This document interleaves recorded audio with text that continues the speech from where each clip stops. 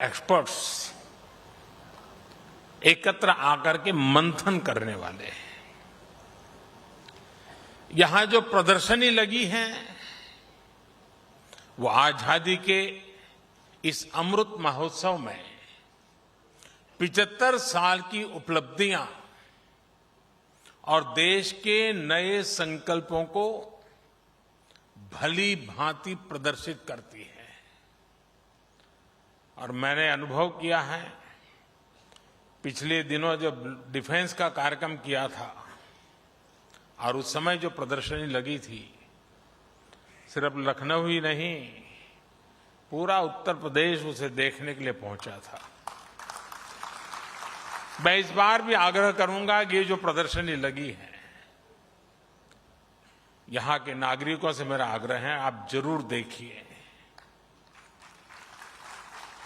हम सब मिलकर के देश को कहां से कहां ले जा सकते हैं, हमारे विश्वास को जगाने वाला ये अच्छा प्रदर्शनी है, आपने जरूर देखनी चाहिए।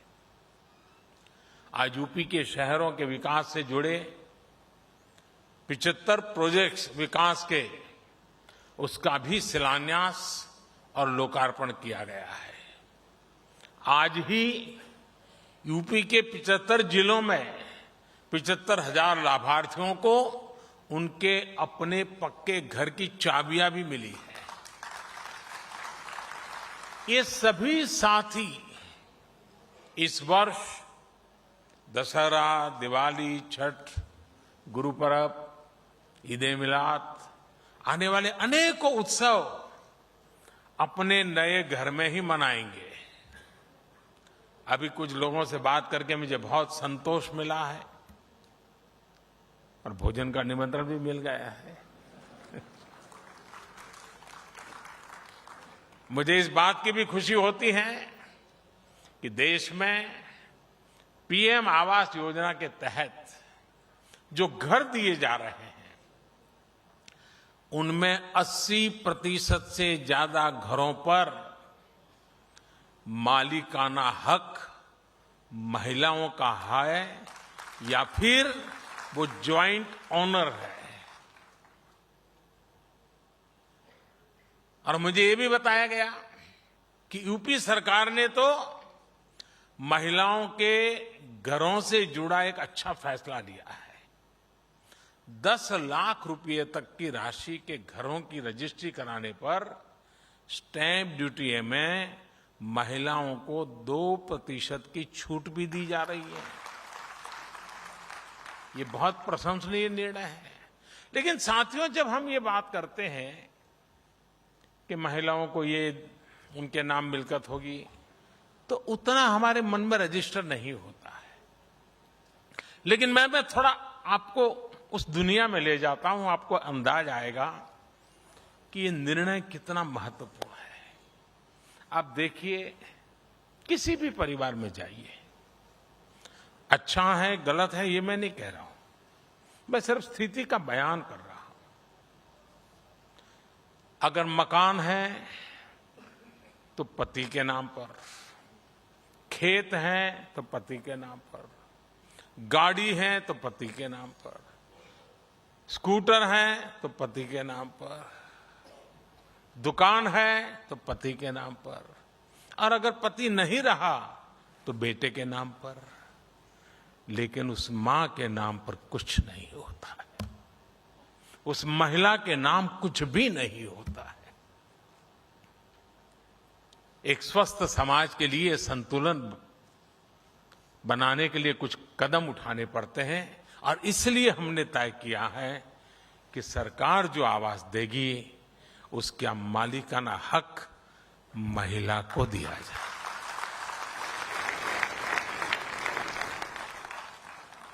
साथियों, आज लखनऊ के लिए एक और बधाई का अवसर है। लखनऊ ने अटल जी के रूप में एक विजनरी मां भारती के लिए समर्पित राष्ट्र नायक देश को दिया है। आज उनकी स्मृति में बाबा साहब भीमराव अंबेडकर यूनिवर्सिटी में अटल बिहारी वाजपेयी चेयर स्थापित की जा रही है। मुझे विश्वास है कि ये चेयर अटल जी के विजन, उनके एक्शन, राष्ट्र निर्माण में उनके योगदान को विश्व पटल पर लाएगी। जैसे भारत की 75 साल की विदेश नीति में अनेक मोड़ आए, लेकिन अटल जी ने उसे नई दिशा दी। देश की कनेक्टिविटी, लोगों की कनेक्टिविटी के लिए उनके प्रयास आज के भारत की मजबूत नींव है। अब सोचिए, एक तरफ प्रधानमंत्री ग्राम सड़क योजना और दूसरी तरफ स्वर्णिम चतुष्क, north east, east west, north south, east west corridor, यानी दोनों तरफ एक साथ दृष्टि और दोनों तरफ विकास का प्रयास। साथियों, वर्षों पहले जब अटल जी ने नेशनल हाईवे के माध्यम से देश के महानगरों को जोड़ने का विचार रखा था, तो कुछ लोगों को यकीन ही नहीं होता था कि ऐसा संभव है। 6-7 पहले जब मैंने गरीबों के लिए करोड़ों पक्के घर, करोड़ों शौचालय, तेजी से चलने वाली रेल, शहरों में पाइप से गैस, ऑप्टिकल फाइबर जैसे बड़े इंफ्रास्ट्रक्चर प्रोजेक्ट की बात की, तब भी आदतन कुछ लोग यही सोचते थे कि इतना सब कुछ कैसे हो पाएगा। लेकिन आज इन अभियानों में भारत की सफलता दुनिया देख रही है। भारत आज पीएम आवास योजना के तहत जितने पक्के घर बना रहा है, वो दुनिया के अनेक देशों की कुल आबादी से भी अधिक है। एक समय था जब घर की स्वीकृति से लेकर उसको जमीन पर उतरने में ही बरसों लग जाते थे। जो घर बनते थे भी वो शायद रहने लायक थे कि नहीं, ये सवालिया निशान जरूर पूछे जाते थे। घरों की साइज छोटी, कंस्ट्रक्शन मटेरियल खराब, अलॉटमेंट में हेरा फेरी, ये सब मेरे गरीब भाइयों बहनों को भाग्य बना दिया गया था। 2014 में देश ने हमें सेवा करने का अवसर दिया और मैं उत्तर प्रदेश का विशेष रूप से आभारी हूं कि आपने मुझे देश की संसद में पहुंचाया। और जब आपने हमें दायित्व दिया तो हमने अपना दायित्व निभाने की ईमानदार कोशिश की है। साथियों, 2014 से पहले जो सरकार थी उसने देश में शहरी आवास योजनाओं के तहत सिर्फ 13 लाख मकान ही मंजूर किए थे। आंकड़ा याद रहेगा? पुरानी सरकार ने 13 लाख आवास, इसमें भी सिर्फ 8 लाख मकान ही बनाए गए थे। 2014 के बाद से हमारी सरकार ने पीएम आवास योजना के तहत शहरों में 1,13,00,000 से ज्यादा घरों के निर्माण की मंजूरी दी। कहां 13 लाख और कहां 1,13,00,000।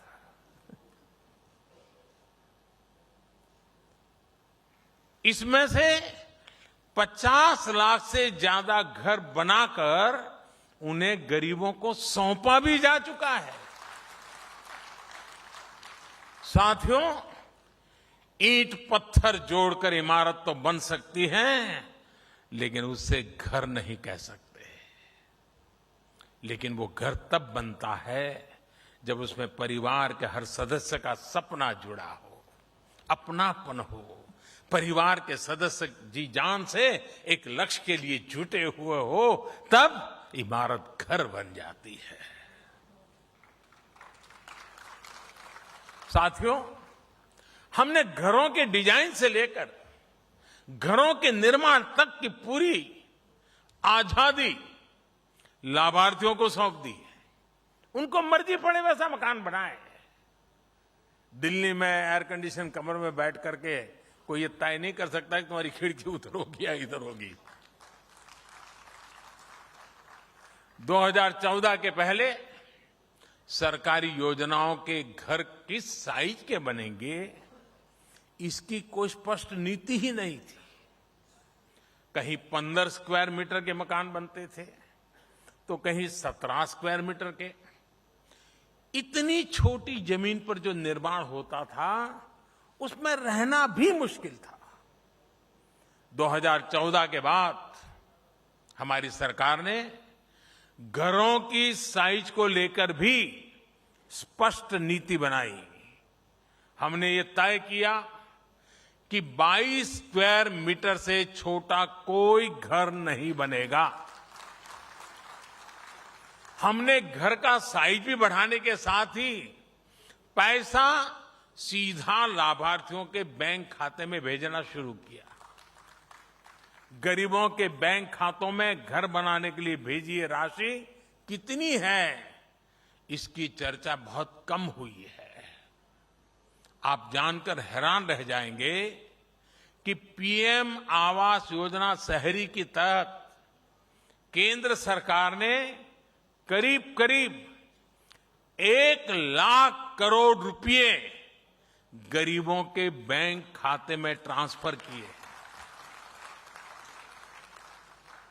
साथियों, हमारे यहां कुछ महानुभाव कहते रहते हैं कि मोदी ने, हमने प्रधानमंत्री तो बना दिया, मोदी ने किया क्या?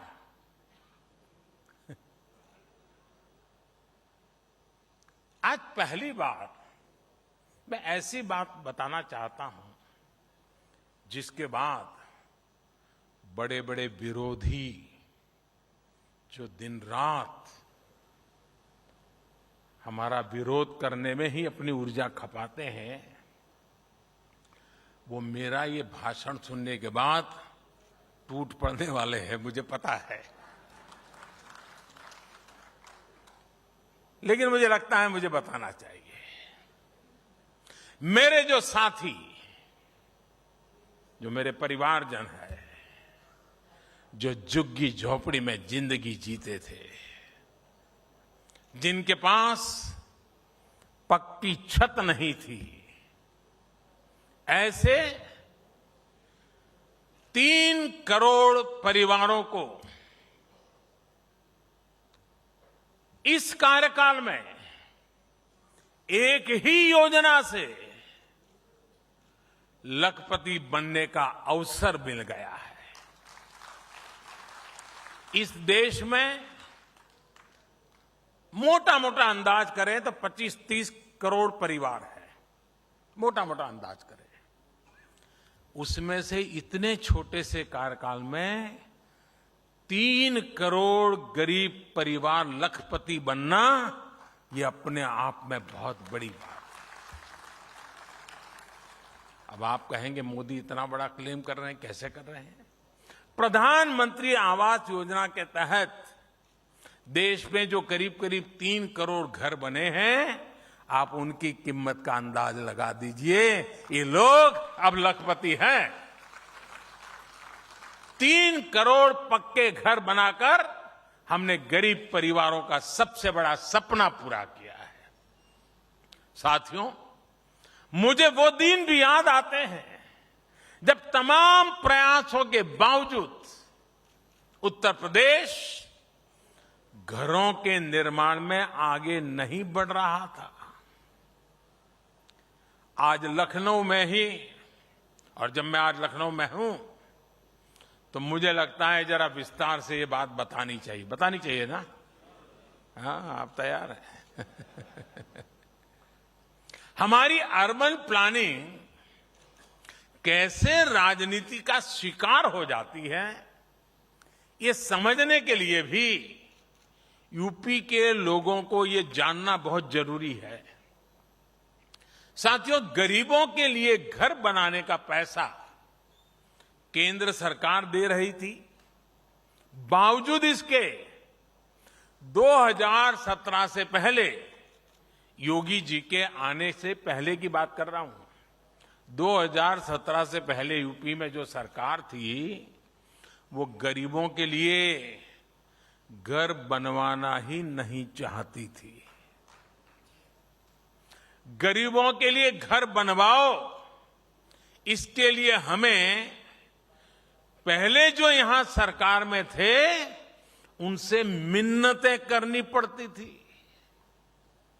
2017 से पहले पीएम आवास योजना के तहत यूपी के लिए 18,000 घरों की स्वीकृति दी गई थी।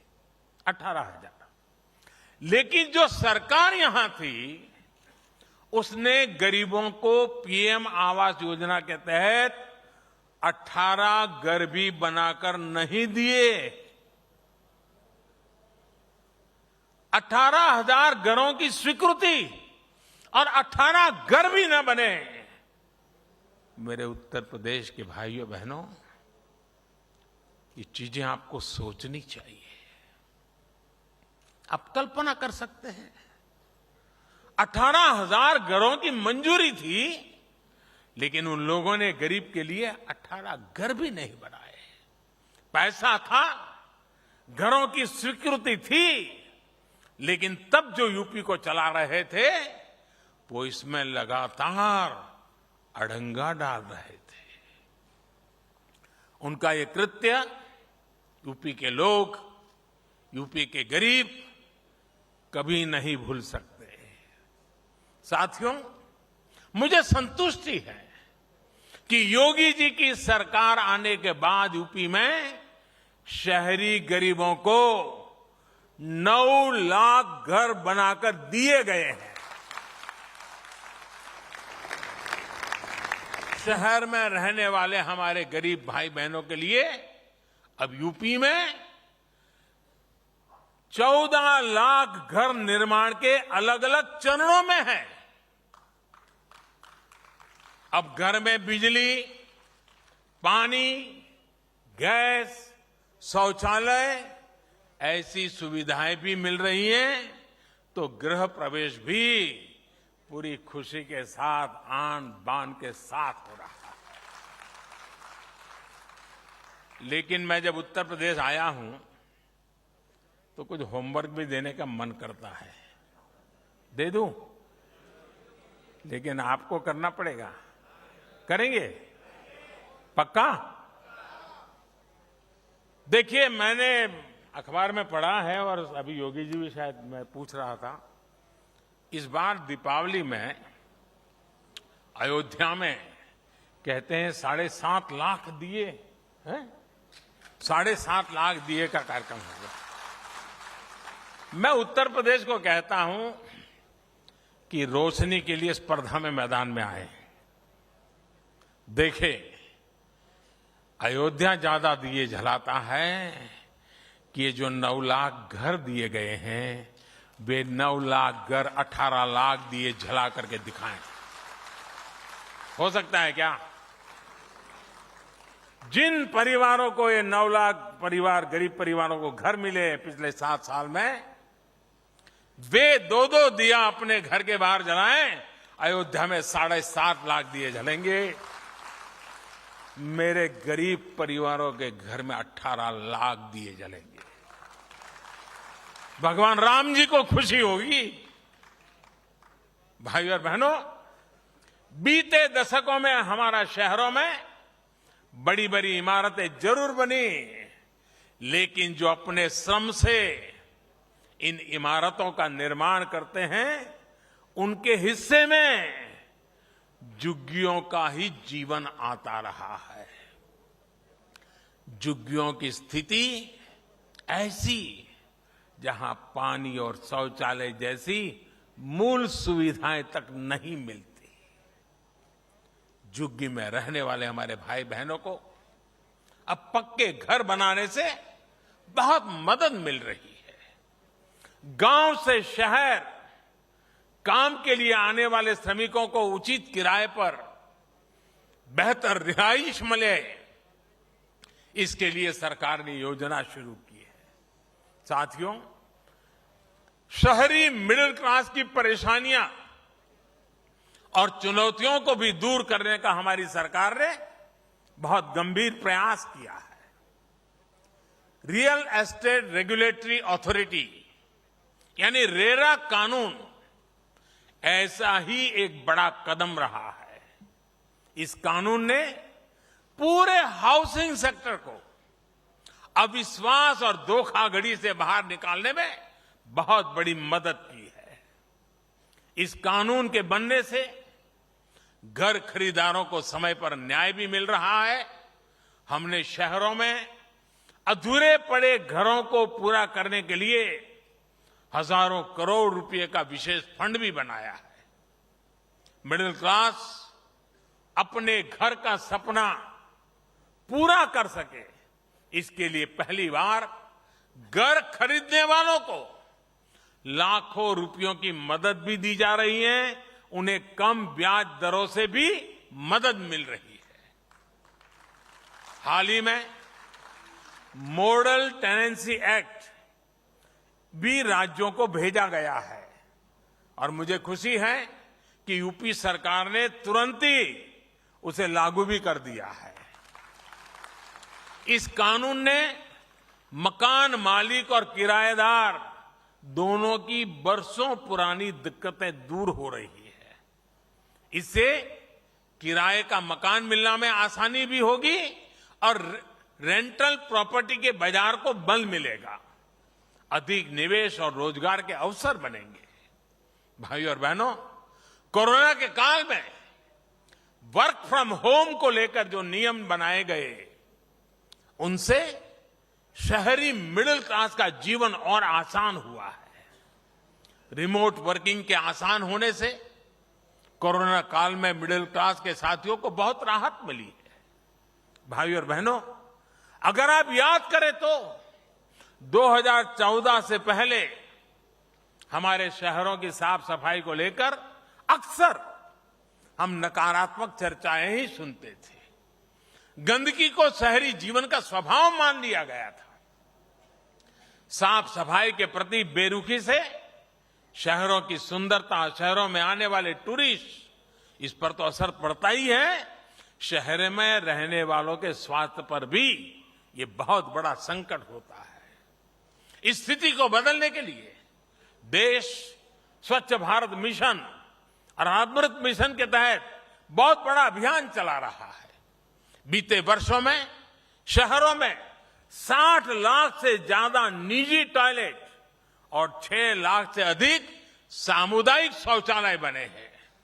7 साल पहले तक यहां सिर्फ 18% कचरे का ही निष्पादन हो पाता था, वो आज बढ़कर 70% हो चुका है।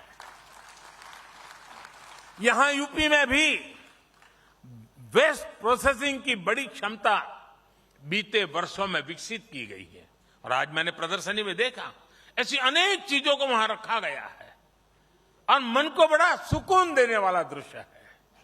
अब स्वच्छ भारत अभियान 2.0 के तहत शहरों में खड़े कूड़े के पहाड़ों को हटाने का अभियान भी शुरू कर दिया गया है। साथियों, शहरों की भव्यता बढ़ाने में एक और अहम भूमिका निभाई है एलईडी लाइट्स ने। सरकार ने अभियान चलाकर देश में 90 लाख से ज्यादा पुरानी स्ट्रीट लाइट्स को एलईडी से बदला है। एलईडी स्ट्रीट लाइट लगने से शहरी निकायों के भी हर साल करीब 1000 करोड़ रुपए बच रहे हैं। अब ये राशि विकास के दूसरे कार्यों में वो शहरी निकाय लगा सकते हैं और लगा रहे हैं। एलईडी ने शहर में रहने वाले लोगों का बिजली बिल भी बहुत कम किया है। जो एलईडी बल्ब पहले 300 रुपये से भी महंगा आता था, वो सरकार ने उजाला योजना के तहत 50-60 रुपए में बना दिया है। इस योजना के माध्यम से करीब 37 करोड़ 37 करोड़ एलईडी बल्ब बांटे गए हैं। इस वजह से गरीब और मध्यम वर्ग का करीब करीब 24,000 करोड़ रुपए बिजली बिल में बचत हुई है। साथियों, 21वीं सदी के भारत में शहरों के कायाकल्प का सबसे प्रमुख तरीका है टेक्नोलॉजी का ज्यादा से ज्यादा इस्तेमाल। शहरों के विकास से जुड़ी जो संस्थाएं हैं, जो सिटी प्लानर्स हैं, उन्हें अपनी अप्रोच में सर्वोच्च प्राथमिकता टेक्नोलॉजी को देनी होगी। और साथियों, जब हम गुजरात में छोटे से इलाके में रहते थे और जब भी लखनऊ की बात आती थी तो लोगों के मुंह से निकलता था कि भाई लखनऊ में तो कहीं पर जाइए सुनने को मिलता है पहले आप, पहले आप, पहले आप। यही बात होती है। आज मजाक में ही सही, हमें टेक्नोलॉजी को भी कहना पड़ेगा पहले आप। भारत में पिछले 6-7 वर्षों में शहरी क्षेत्र में बहुत बड़ा परिवर्तन टेक्नोलॉजी से आया है। देश के 70 से ज्यादा शहरों में आज जो integrated command and control centre चल रहे हैं, उसका आधार टेक्नोलॉजी ही है। आज देश के शहरों में सीसीटीवी कैमरों का जो नेटवर्क बिछ रहा है, टेक्नोलॉजी ही उसे मजबूत कर रही है। देश के 75 शहरों में जो 30,000 से ज्यादा आधुनिक सीसीटीवी कैमरे लगे हैं, उनकी वजह से गुनहगारों को 100 बार सोचना पड़ता है। ये सीसीटीवी अपराधियों को सजा दिलाने में भी काफी मदद कर रहे हैं।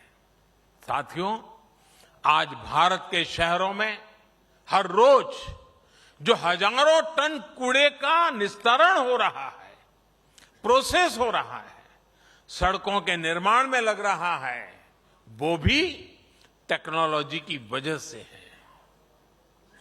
वेस्ट में से वेल्थ अनेक प्रोजेक्ट मैंने आज इस प्रदर्शनी में देखे हैं। हर किसी को प्रेरणा देने वाले प्रयोग हैं, बड़ा बारीकी से देखने जैसा है। साथियों, आज देश भर में जो सीवेज ट्रीटमेंट प्लांट बनाए जा रहे हैं, आधुनिक टेक्नोलॉजी उनकी क्षमता और बढ़ा रही है। ये national common mobility card technology की ही तो देन है। आज यहां इस कार्यक्रम में 75 इलेक्ट्रिक बसों को हरी झंडी दिखाई गई है। ये भी आधुनिक टेक्नोलॉजी का ही तो प्रतिबिंब है। साथियों, मैंने अभी लाइट हाउस प्रोजेक्ट के तहत लखनऊ में बन रहे घरों को देखा।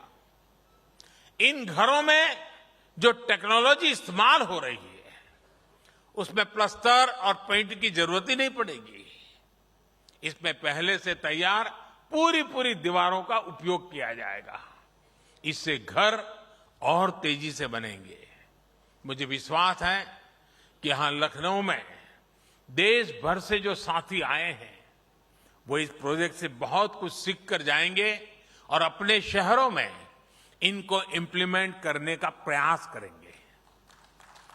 साथियों, टेक्नोलॉजी कैसे गरीब का जीवन बदलती है, इसका एक उदाहरण पीएम स्वनिधि योजना भी है।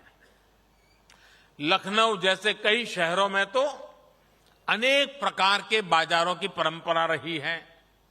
कहीं बुध बाजार लगता है, कहीं गुरु बाजार लगता है, कहीं शनि बाजार लगता है, और इन बाजारों की रौनक हमारे रेहड़ी पटरी वाले भाई बहनें ही बढ़ाते हैं। हमारे इन भाई बहनों के लिए भी अब टेक्नोलॉजी का एक साथी बनकर के लाए हैं। पीएम स्वनिधि योजना के तहत रेहड़ी पटरी वालों को, स्ट्रीट वेंडर्स को बैंकों से जोड़ा जा रहा है।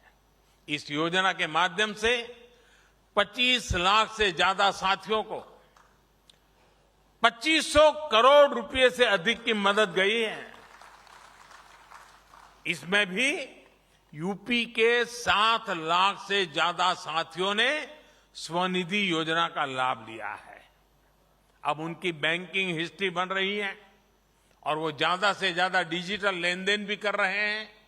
मुझे खुशी है, इस बात की खुशी है कि स्वनिधि योजना का सबसे ज्यादा लाभ पहुंचाने वाले पूरे देश के टॉप 3 शहरों में 2 हमारे उत्तर प्रदेश के ही हैं।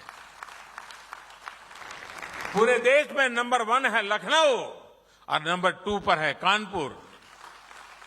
कोरोना के इस समय में ये बहुत बड़ी मदद है। मैं योगी जी की सरकार की इसके लिए बहुत सराहना करता हूं। साथियों, आज जब मैं हमारे रेहड़ी पटरी वाले साथियों द्वारा डिजिटल लेन देन की बात कर रहा हूं तो मुझे ये भी याद आ रहा है कि पहले कैसे इसका मजाक उड़ाया जाता था। कहा जाता था कि कम पढ़े लिखे लोग कैसे डिजिटल लेन देन कर पाएंगे, लेकिन स्वनिधि योजना से जुड़े रेहड़ी पटरी वाले अब तक 7 करोड़ से ज्यादा बार डिजिटल लेन देन कर चुके हैं। अब ये थोक व्यापारियों से भी कुछ खरीदने जाते हैं तो डिजिटल पेमेंट ही करते हैं। आज ऐसे ही साथियों की वजह से भारत डिजिटल पेमेंट में नए रिकॉर्ड बना रहा है।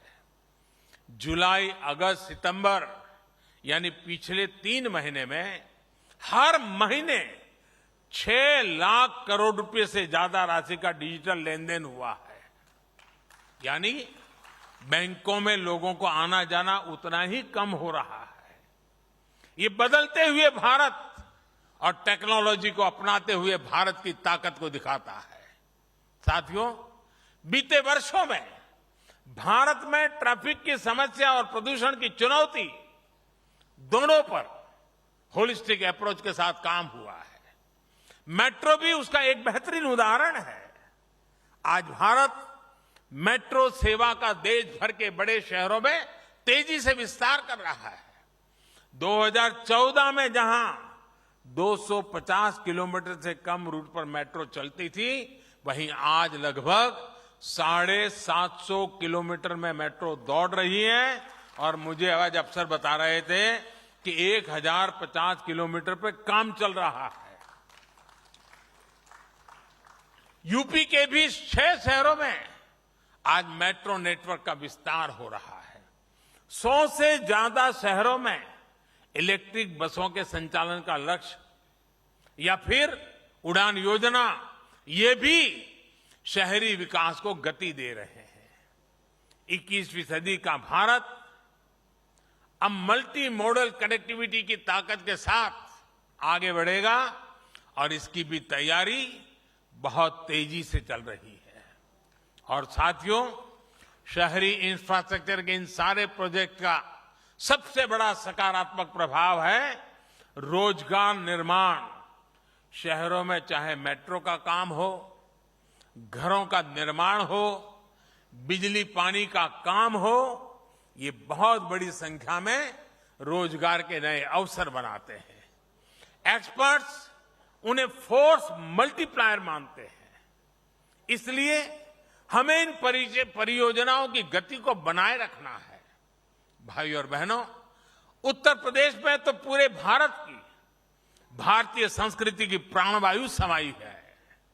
ये प्रभु श्री राम की भूमि है, श्री कृष्ण की भूमि है, भगवान बुद्ध की भूमि है। यूपी की समृद्ध विरासत को संजोना, संवारना, शहरों को आधुनिक बनाना हम सबकी जिम्मेदारी है। 2017 के पहले के यूपी और बाद के यूपी का अंतर उत्तर प्रदेश के लोग भी अच्छे जानते हैं। पहले बिजली यूपी में आती कम थी, जाती ज्यादा थी। और आती भी थी तो वहां आती थी जहां नेता चाहते थे। बिजली सुविधा नहीं, सियासत का टूल थी। सड़क सिर्फ तब बनती थी जब सिफारिश हो। पानी की स्थिति तो आप सभी को पता है। अब बिजली सबको, सब जगह एक समान मिल रही है। अब गरीब के घर में भी बिजली आती है। गांव की सड़क किसी सिफारिश की मोहताज नहीं है। यानी शहरी विकास के लिए जिस इच्छा शक्ति की जरूरत है वो भी आज यूपी में मौजूद है। मुझे विश्वास है आज यूपी की जिन परियोजना का शिलान्यास हुआ है वो योगी जी के नेतृत्व में तेजी से पूरी की जाएगी। एक बार फिर आप सभी को विकास परियोजना की बहुत बहुत बधाई, बहुत बहुत धन्यवाद।